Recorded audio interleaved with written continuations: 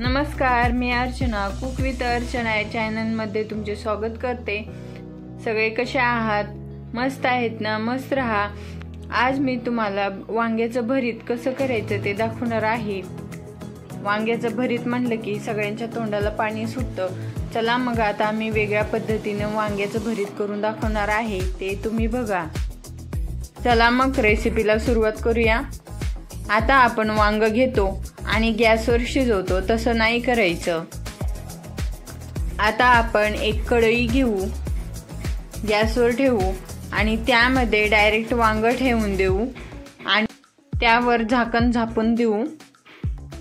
हे झाकण 10 मिनिटांनी उघडून बघायचं। एक साइडनं आपलं वांग शिजलं आहे। आता पलटी करून परत झाकून ठेवायचं।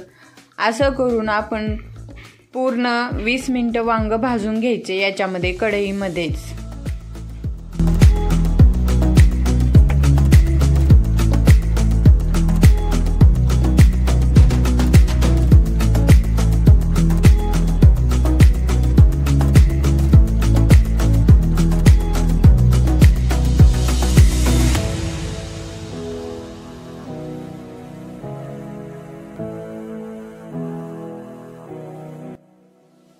आता वांग पूर्ण भाजून झालेलं आहे, बघू शकता तुम्ही। आता हे वांग सोलून घ्यायचं। प्लेटमध्ये घेऊन त्याला सोलून घेते। गरम आहे, जास्त पोळत आहे हाताला, तर आता चमच्याच्या साहाय्याने सोलून घेऊया।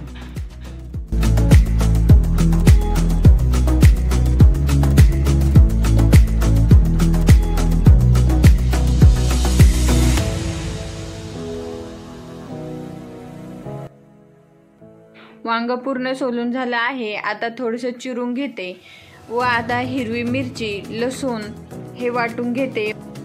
भरीत करण्यासाठी मी 2 कांदे चिरून घेतले आहे। आता कढईमध्ये अर्धा चमचा तेल टाकून त्यामध्ये जे चिरून घेतलेले कांदे आहेत ते टाकून घेते। कांदे आपल्याला थोडेसे कच्चेच ठेवायचे आहेत। आता त्यामध्ये अर्धा चमचा मीठ, हिरव्या मिरच्याचा ठेचा हे सर्व टाकून मिक्स करून घेऊया।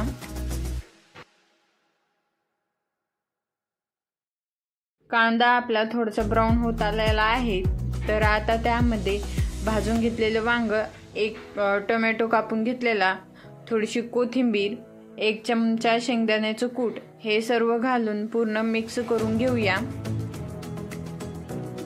आता भरीत आपलं होत आलेलं आहे। थोडंसं टोमॅटो मोठा मोठा दिसत आहे, तर आपण त्याला थोडंसं मॅशरच्या साहाय्याने जरा रगडून घेऊया।